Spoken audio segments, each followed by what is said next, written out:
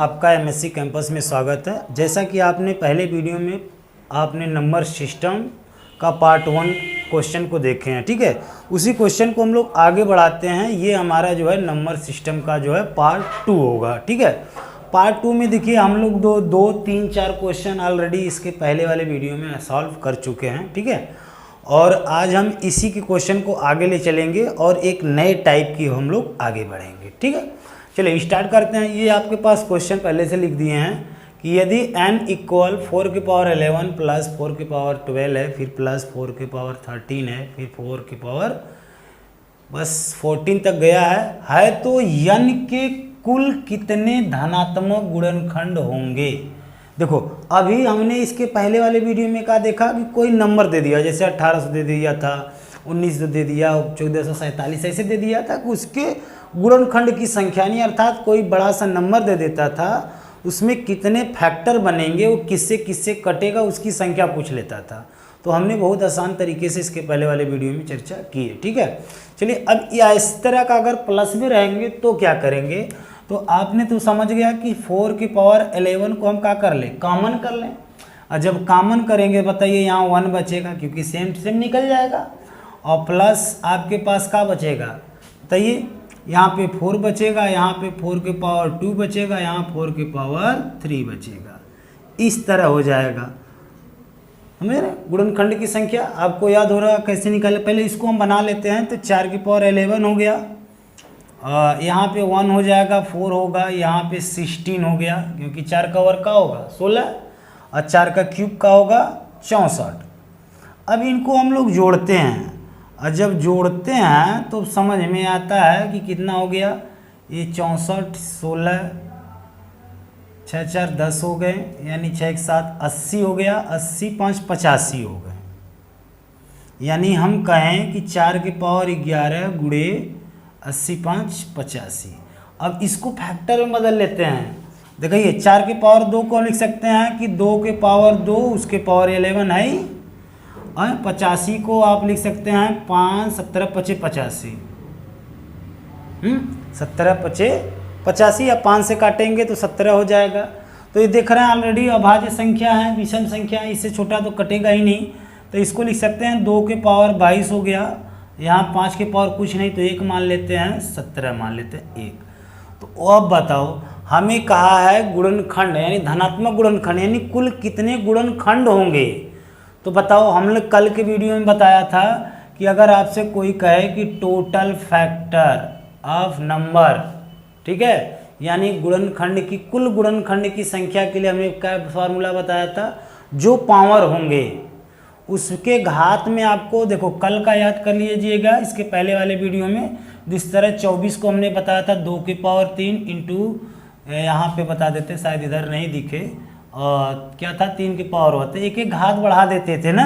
तो आपको total factor निकालना है, तो बताइए 22 है तो कितना हो जाएगा, 1 के बढ़ाएंगे 23, यह 1 है तो क्या हो जाएगा 2, और ये 1 है तो क्या हो गया 2, एक एक के घात खाली बढ़ा दिए, आपस में गुणा कर दिए, वो का निकल के आ जाए गुणनखंड की संख्या, ठीक है। तो बताइए 2 दूना 4 हो गया, 23 चौका कितना होता है तो 92, ठीक है। यानी आप समझ गए होंगे इसका उत्तर कितना आएगा 92। यानी इस तरह का सवाल रहेगा तो उसके जवाब में आप क्या बताएंगे 92, ठीक है।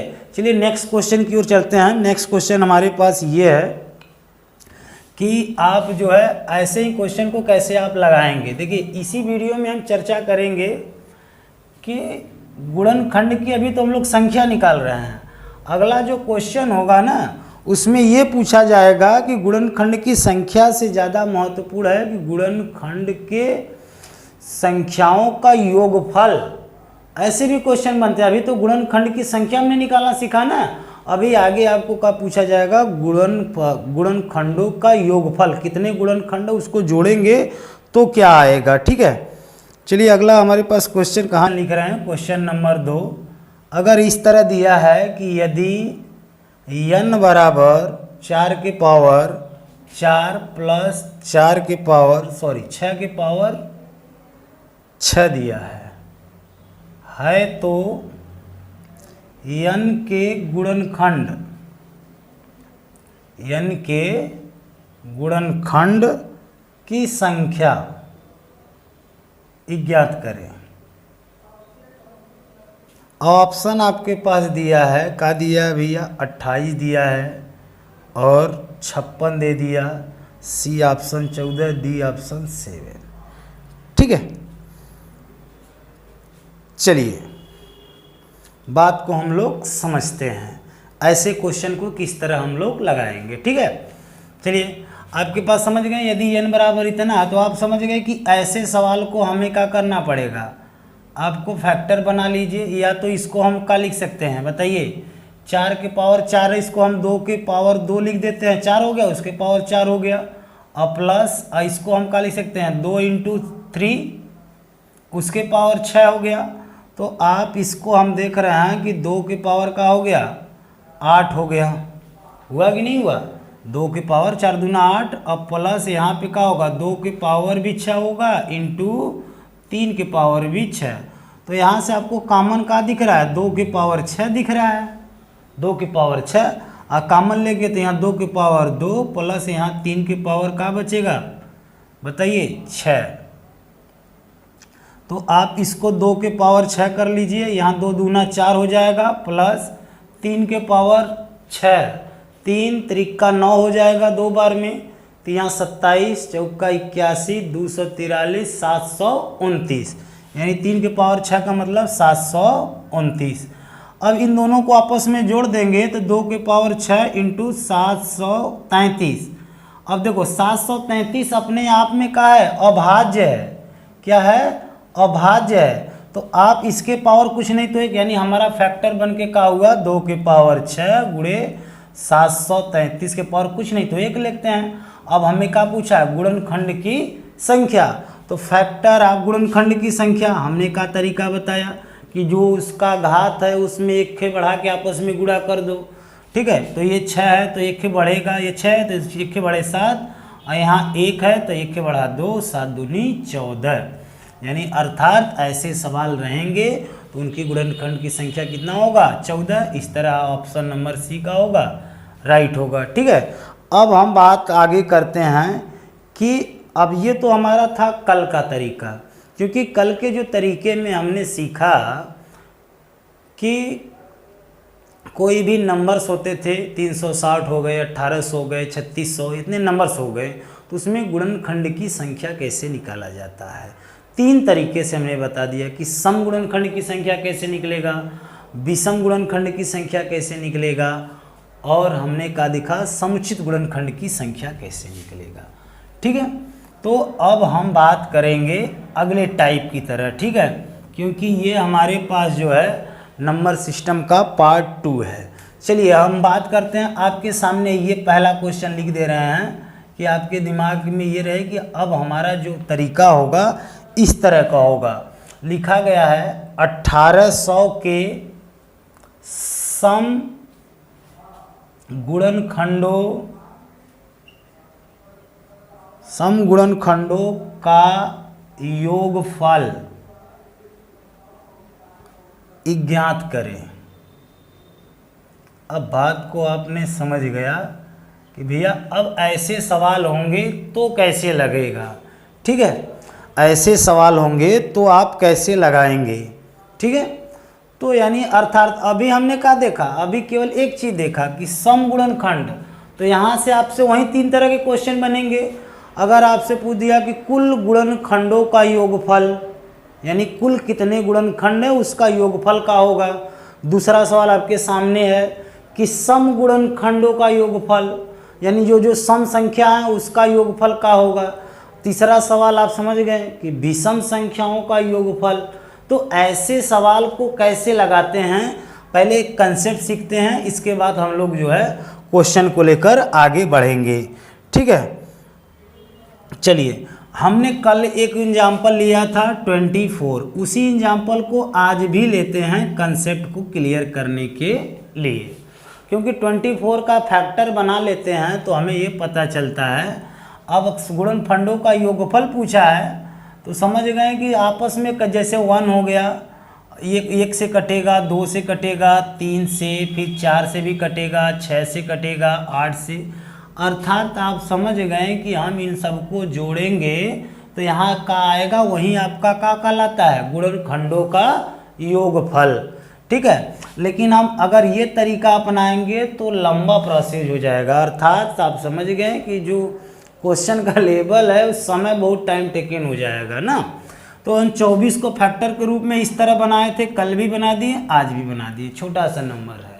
ठीक है, अब इसी चीज को हम लोग कंसेप्ट को थोड़ा सा समझेंगे। 3 तरह के कंसेप्ट होते हैं। टोटल यानी कुल गुणनखंडों का, यानी अब यहाँ सम की बात हो रही है, सम का मतलब योग, सम ऑफ टोटल फैक्टर यानी कुल गुणनखंडों का योगफल। अगर कुल का बात होगा तो कैसे क्वेश्चन लगेंगे। ठीक है, आप देखिए 3 है ना, तो इसको शुरुआत आप 2 से करेंगे, 2 के पावर 0 करेंगे, समझ में आएगा बात को, 2 के पावर 0 हो जाएगा। फिर 2 के पावर 1 रखेंगे, कहाँ तक जाएंगे, 3 तक, 2 के पावर 2, फिर 2 के पावर 3 यहाँ तक। फिर दूसरे ब्रैकेट में आपस में गुणा करना है, 3 नंबर रहेंगे, 3 बार करेंगे। ठीक है, और यहाँ 3 के पावर 1 है तो यहाँ को भी 3 के पावर 0 प्लस 3 के पावर 1 ही, इतना ही बार ले जाएंगे। क्योंकि जो है, आप बताइए, अब अगर हम इसको लगाकर भी बताएं, मान लो कि इसको जोड़ते हैं, देखो कंसेप्ट आता कहाँ से है, इसको जोड़ेंगे, 24 ये हो गया, 24 6 हो गया 30, और 12 8 20 हो गया, 30 20 50 हो गया, और 50 7 57 58 59 60। अर्थात हम अगर ऐसे नॉर्मली खोल कर ओपन करके जोड़ रहे हैं तो हमारे पास कितना आ रहा है, 60 आ रहा है। ठीक है, अब अगर हम मान लो सूत्र से लगा रहे हैं, फार्मूला एक कंसेप्ट हमारा ये है कि इस तरह रहे तो पावर को, तो इसको अगर हम लगाएंगे तो क्या आएगा भाई, किसी के पावर 0 होता है इसका मान 1 होता है। ठीक है, 1, और यहाँ 2 हो जाएगा, यहाँ 4 हो जाएगा, यहाँ 8 हो गया, ये हो गया, और यहाँ पर 1, यहाँ पे 3। अर्थात आप देख रहे हैं 8 4 12, 12 2 हो गया 14, 14 1 15, और गुणे यहाँ 3 1 4, तो 15 चौका 60। आप देख रहे हैं ये भी 60, ये भी 60। अर्थात आपने क्या देखा कि टोटल फैक्टर का अगर योगफल करें हम लोग, तो कुल गुणनखंडों का योगफल, तो उसके पावर 0 से स्टार्ट करेंगे, फिर कहाँ तक है वहाँ तक ले जाएंगे, सेकंड में जो दूसरा नंबर है उसको लेंगे। ठीक है, अब चले दूसरा का हम बात करें कि भैया ये तो हमारे पास क्या हो गया, सम ऑफ टोटल फैक्टर ना जी। अगर कोई कह दे कि सम ऑफ इवन टोटल फैक्टर, यानी कहे का मतलब सम संख्याओं का गुणनफल, अर्थात ऐसा सवाल बन जाए तो क्या करेंगे।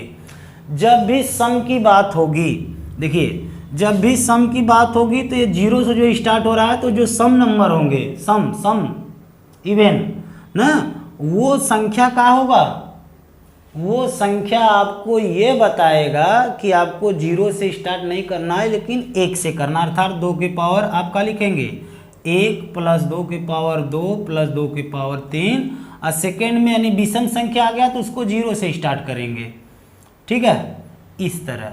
तो आप समझ गए कि सम ऑफ इवन नंबर का होगा। थर्ड आपके पास का सवाल बनेगा कि सम ऑफ ऑड, यानी विषम संख्याओं का गुणनफल, यानी विषम गुणनखंडों का योगफल का होगा। तो हम लोग टोटल नहीं करेंगे, केवल फैक्टर करेंगे। ठीक है, तो वहाँ पे आपको करना का, ये सम को हटा ही देना है, लिखना ही नहीं है। जो सम पावर यानी 2 है सम ना, उसको लिखना नहीं है, बचेगा 3 के पावर 0 प्लस 3 के पावर 1।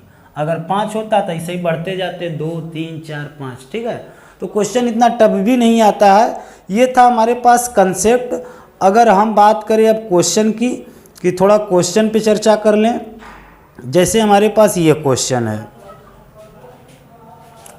पहला ही क्वेश्चन देखते हैं, फिर इसके बाद हम लोग अन्य क्वेश्चनों पे चर्चा करेंगे। तो कंसेप्ट आ गया, हो गया।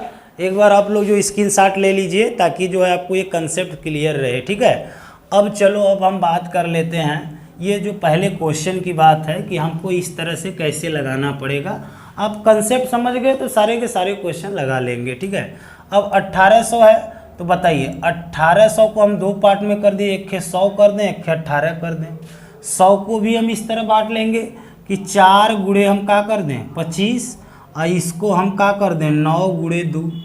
तो देखो सबको पावर में ले लेते हैं इस तरह इधर फैक्टर, क्योंकि ये 2 है तो 2 रख देते हैं। 9 को हम क्या लिख सकते हैं 3 के पावर 2, और ये 4 को हम लिख सकते हैं 2 के पावर 2, और 5 को 5 के पावर 2। अर्थात आपने समझा कि 2 के पावर, ये देखो आधार सेम है तो घात को हम आपस में क्या करेंगे जोड़ेंगे। ये 2 है, एक ही क्या हो गया 3 हो गया। और यहाँ पे हमें क्या करना पड़ेगा 3 के पावर 2 और यहाँ 5 के पावर 2। अभी तो हमने केवल गुणनखंड किया, ठीक है। अब यहाँ पे हमें क्या समझ में आया कि 1800 का जब हम लोग फैक्टर कर रहे हैं तो हमारे पास फैक्टर के रूप में क्या आ रहा है 2 के पावर 3 गुणे 3 के पावर 2 गुणे 5 के पावर 2। तो हम क्या समझ गए कि ये तो हो गया। अब हमें पूछा क्या है सम गुणनखंडों का योगफल। तो अभी हमने तीनों बताया। अब बताइए विषम में हमने क्या बताया कि केवल सम को हटा देना है, विषम को काम करना है। और सम में क्या करना है कि जो 0 से स्टार्ट टोटल जो फैक्टर था हम लोग सम ऑफ टोटल फैक्टर, उसमें 0 0 से स्टार्ट कर रहे थे, लेकिन जब आपके पास सम आ जाएगा तो वो 0 से नहीं बल्कि कैसे स्टार्ट करेंगे आप 1 से, ठीक है। तो चलिए ये हो गया। तो अब ये तो 1800 का फैक्टर बन गया ये वाला लाइन्स ना। अब हमें क्या निकालना है कि सम ऑफ ये सम ये है इवन फैक्टर, जितने सम संख्याओं का हमको जो योगफल अर्थात सम गुणनखंडों का योगफल निकालना है। तो हमारे पास तरीका का होगा भैया ये 2 की पावर 3 तक है तो इसके पास हम क्या लिखेंगे 1 से स्टार्ट करेंगे, 0 से करेंगे नहीं। हमने यही भी तरीका बताया। 1 हो गया प्लस 2 के पावर 2 हो जाएगा और प्लस 2 के पावर 3। एक काम खत्म हो गया। सेकेंड हमारे पास विषम संख्या ये भी है, विषम है तो इसको 0 0 से स्टार्ट करेंगे। तो 3 के पावर आप 0 फिर प्लस 3 के पावर आपके पास 1 होगा प्लस 3 के पावर 2, फिर आप 5 वाले में चले जाएंगे 0 5 के पावर 1 प्लस 5 के पावर 2, ठीक है 5 के पावर 2। यहाँ आप समझ गए। चलिए यहाँ से हम इसको पूरा हल कर लेते हैं। 2 का मतलब क्या हो गया 2 ही 2, और इसका मतलब 4 और इसका मतलब 8। एक लाइन ये हो गया। सेकंड में 1 होगा भाई, किसी के पावर 0 होता है इसकी वैल्यू 1 होती है। 3 होगा और 3 त्रिके 9। अब 5 वाले में देखें 1 होगा 5 होगा और 25 होगा।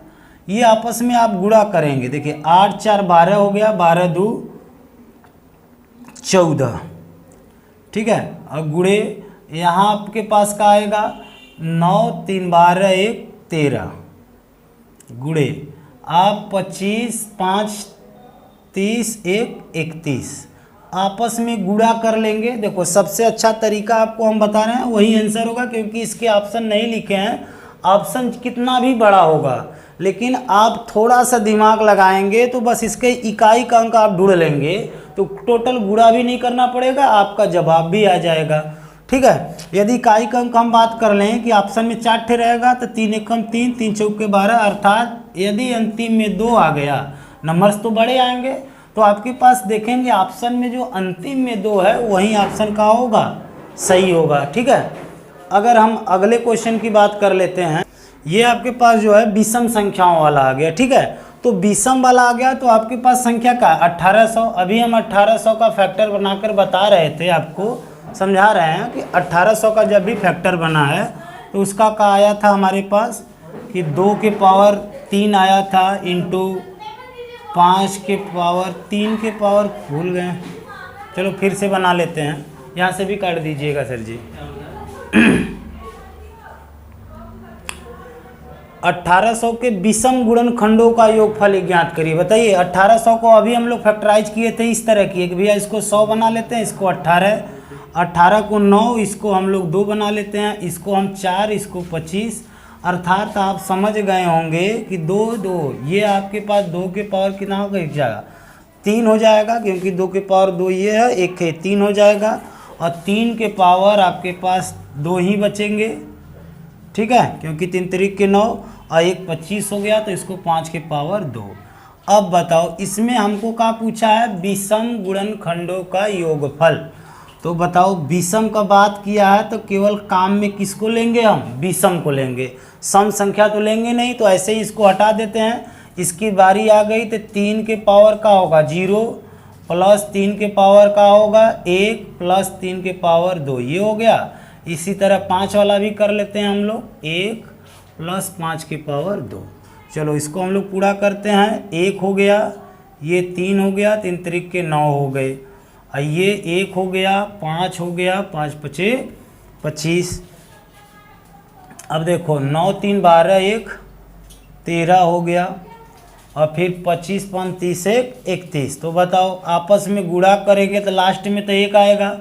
ऑप्शन जो है आपको दिख ही रहा होगा कि यहाँ लास्ट में 3 है, यहाँ लास्ट में 5 है, यहाँ लास्ट में 1 है, यहाँ 2 है, तो ये वाला तो होगा नहीं। जब भी आपको टोटल गुणा भी नहीं करना है, क्योंकि कंपटीशन में समय बहुत कम दिया जाता है, तो समय पे ध्यान देना है। 3 1 कम 3 होगा, सॉरी, यानी आपके पास लास्ट में क्या होगा 3 होगा, तो ऑप्शन नंबर ए का होगा, सही होगा। देख रहे हैं आपके पास 3 नहीं है, तो अगर कभी काल ऐसे 2 ऑप्शन मिल जाते हैं तो ये 2 लाइन और गुणा कर लीजिएगा, लेकिन पूरा गुणा करने का प्रयास मत करिएगा, ठीक है।